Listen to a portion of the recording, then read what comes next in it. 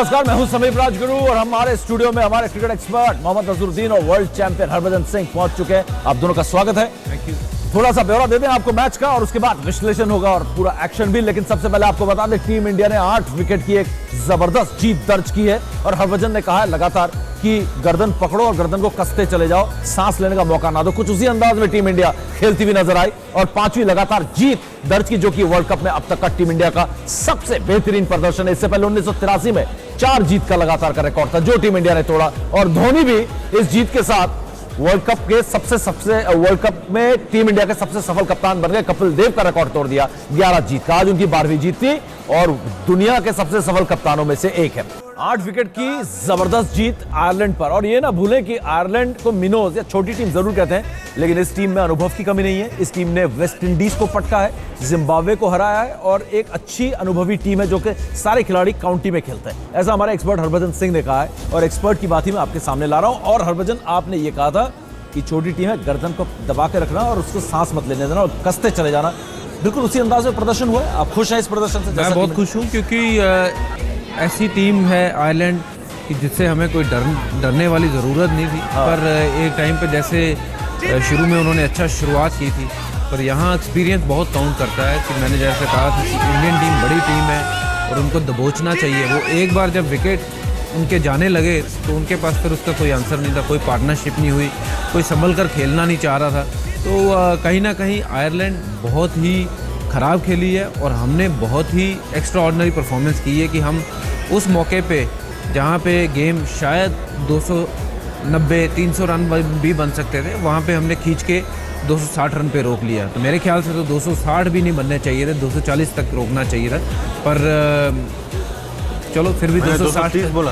बिल्कुल आप और अजहर भाई की सोच इस बारे में बिल्कुल एक जैसी है। बिल्कुल, क्योंकि जिस हिसाब से विकेट जा रहे थे, मुझे लगता था कि 240 के करीब कहीं हमें रोकना चाहिए।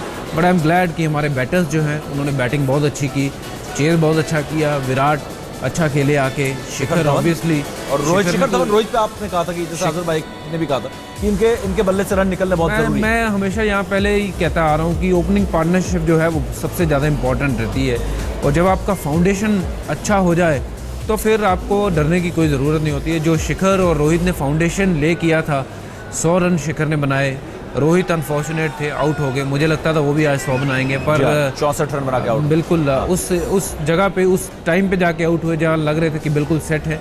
पर एनी हाउ ये टीम के लिए अच्छा है। उन्होंने रोहित ने भी रन बनाए हैं, शिखर ने और एक 100 बनाया है और विराट कोहली आके उसी लय में दिखे, अजिंक्य रहाणे आके उसी लय में दिखे।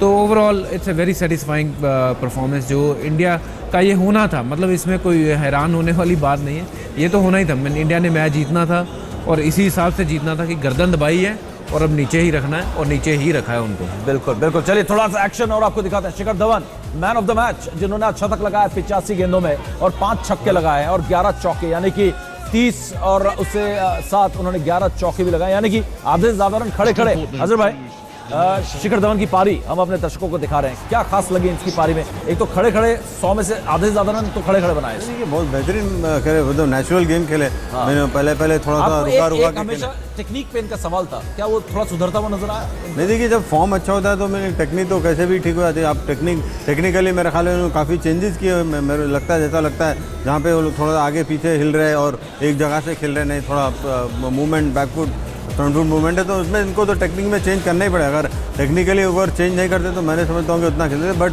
लेकिन जहाँ तक कि उन्होंने आज किया, बहुत अच्छी बारी की। अगर मैं कैप्टन रहता तो उनको मैं ज़रूर बोलता कि 130 या 140 नॉट आउट होकर आते तो मैं समझता हूँ बहुत अच्छा होता था। बट लेकिन कोई कंप्लेंट नहीं, 100 ही होता है कि ऐसा लगा कि 100 के बाद वो आउट हो गए। तो अगर मैं कैप्टन रहता तो मैं बिल्कुल इसको मानता नहीं था कि मैगनविल में देखिए स्लिप्स में कोई रन नहीं है।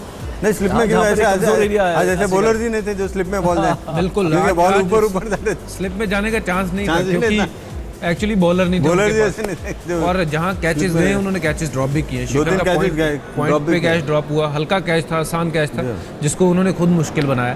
पर ये ओवरऑल आयरलैंड मतलब फिर वो मिनो टीम इसीलिए है क्योंकि वो ऐसे चांसेस देती हैं बड़े टीम को वापस गेम में आने के लिए। 80 पे अगर आपका एक आउट हो इंडिया का तो इंडिया वुड हैव स्कोर्ड 370, पर वही आयरलैंड ने आज अगर 80 रन बनाने के बावजूद, 1 विकेट डाउन होने के बावजूद वो 260 रन बनाए। यहाँ फ़र्क पड़ता है बड़ी टीम का और छोटी टीम का। बिल्कुल। और अजहर भाई, ये हरभजन, ये जो अब तक का सबसे बेहतरीन ओपनिंग साझेदारी रही है इस वर्ल्ड कप में इंडिया के खिलाफ। इससे अच्छी साझेदारी हुई नहीं है। 79 रनों की, 89 रन की आज साझेदारी हुई। लेकिन अजहर भाई, आप बैटिंग ऑर्डर में कोई फेरबदल करते विराट और अजिंक्य रहाणे की जगह कुछ आप? हाँ, मैं अगर मैं रहता तो मैं कोई दूसरे प्लेयर को भिजाता, शायद मैं जडेजा को भी भिजा देता, या मैं और कोई दूसरा नीचे रैना को ऊपर भिजा देता। तो इसमें क्या कोई ऐसा कोई प्रॉब्लम नहीं था, क्योंकि ऑलरेडी 174 रन हो चुके थे। उसके बाद में बिल्कुल 60 या 80 या 90 रन थे। तो मैंने समझता अगर जडेजा रैना आते तो उनको भी एक मौका मिलता था, क्योंकि रैना ने भी 1 रन बनाए पाकिस्तान के, उसके बाद में उतना ज़्यादा अच्छा उनका नहीं रहेगा। तो इसमें क्या थोड़ा सा स्टेल हो जा सकते, क्योंकि मैचेस भी 6-6, 7-7 दिन के बाद हो रहे हैं। तो जितनी मैच प्रैक्टिस होगी, जितना रन बनाते रहेंगे, उतना बैट्समैन के लिए बहुत अच्छा होता है, क्योंकि जब फॉर्म में है तो वो फॉर्म को जारी रखना बहुत अच्छा है। धोनी ने कोई फेरबदल किया नहीं वैसे आज? अच्छी बात है, कोई फेरबदल नहीं किया और होना भी नहीं चाहिए, क्योंकि यही सेम टीम जो है क्वार्टर फाइनल में खेलेगी। और अगर वो जीतते हैं तो सेमीफाइनल में भी तकरीबन यही टीम खेलेगी। और जैसे अजू भाई ने कहा है, मैं काफ़ी इस चीज़ से सहमत हूँ कि जडेजा या रैना दोनों में से कोई एक आना चाहिए ऊपर, क्योंकि जब आपके पास टाइम है, आपके पास वो मौका है, उसको आप अच्छे से यूटिलाइज़ करो कि आपको जिन्होंने बैटिंग नहीं की है वो आके बैटिंग करें। जो मैच प्रैक्टिस है वो सबसे बढ़िया प्रैक्टिस है, और ऐसी प्रैक्टिस आप चाहे सेंटर विकेट पे जितनी मर्जी बार आप नेट लगा के कर लो, पर मैच की जो प्रैक्टिस वो मैच की है। तो मेरे ख्याल से जडेजा अगर यहाँ पे अजू भाई आते तो it would have been good for him. और अगर उसके लिए अच्छा होता, वो टीम के लिए भी अच्छा होता, क्योंकि आने वाले समय में हमें ऐसा भी हो सकता कि जडेजा को बैटिंग करनी पड़े MS धोनी के साथ, जडेजा को बैटिंग करनी पड़े शायद R अश्विन के साथ नीचे आके, जो quarter final semifinal pressure games में।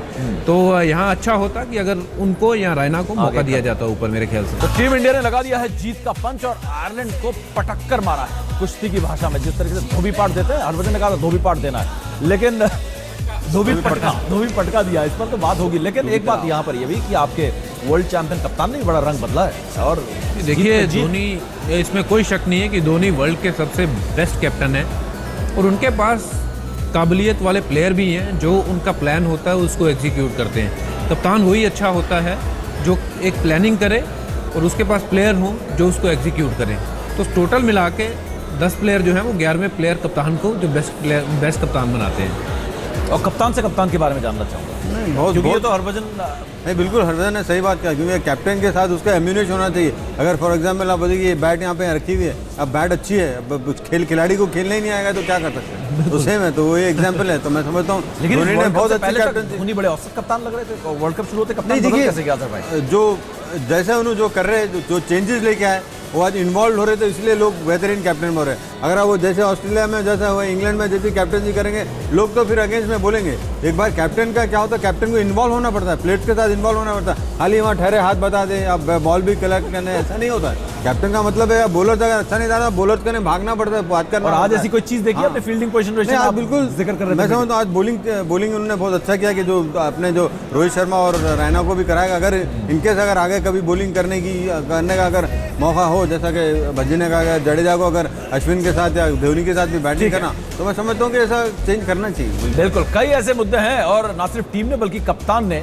हरभजन सिंह के वर्ल्ड चैंपियन कप्तान ने भी बड़ा जबरदस्त रंग बदला है। और इस रंग बदलने से जो नतीजा है वो कैसे बदल रहा है आप देख रहे हैं। ट्रायंगुलर सीरीज तक, टेस्ट सीरीज तक बुरा हाल था टीम इंडिया का, और अब आप देखिए सब कुछ बदलता हुआ नजर आ रहा है। तो कप्तानी को लेकर बहुत खुश हैं यहाँ पर हरभजन सिंह भी खुश है, क्योंकि उनके कप्तान वर्ल्ड चैंपियन कप्तान है, और जिस तरीके से रंग बदला है और नतीजा बदला है।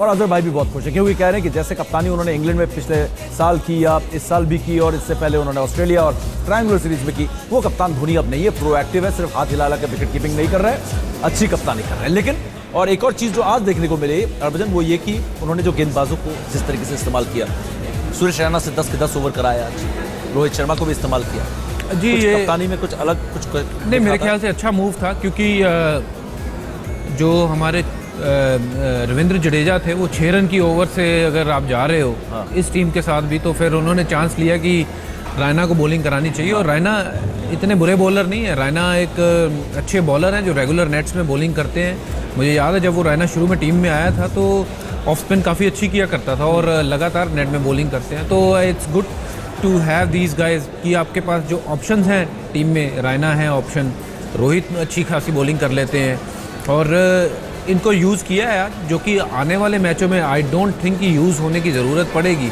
पर अगर ज़रूरत पड़ती है तो आपके पास ये लोग हैं जिनके पास आप always you can go up to them and जो 3-4 ओवर आपके निकाल सकते हो। तो रैना ने अच्छा काम किया, 10 ओवर में 40 रन दिए, 1 विकेट लिया, तो मेरे ख्याल से ये अच्छा मूव था। एक और बात आपसे करेंगे हरभजन, लेकिन इस ब्रेक के बाद एक ऑफ स्पिनर अश्विन वो इफेक्टिव नजर आ रहे हैं पिछले कुछ मैच से। बता रहे ब्रूस यार्डली ने उनको कहा कि फ्लाइट दें, रिवोल्यूशन दें, उसके बाद कुछ असरदार तो नजर आ रहे हैं अश्विन।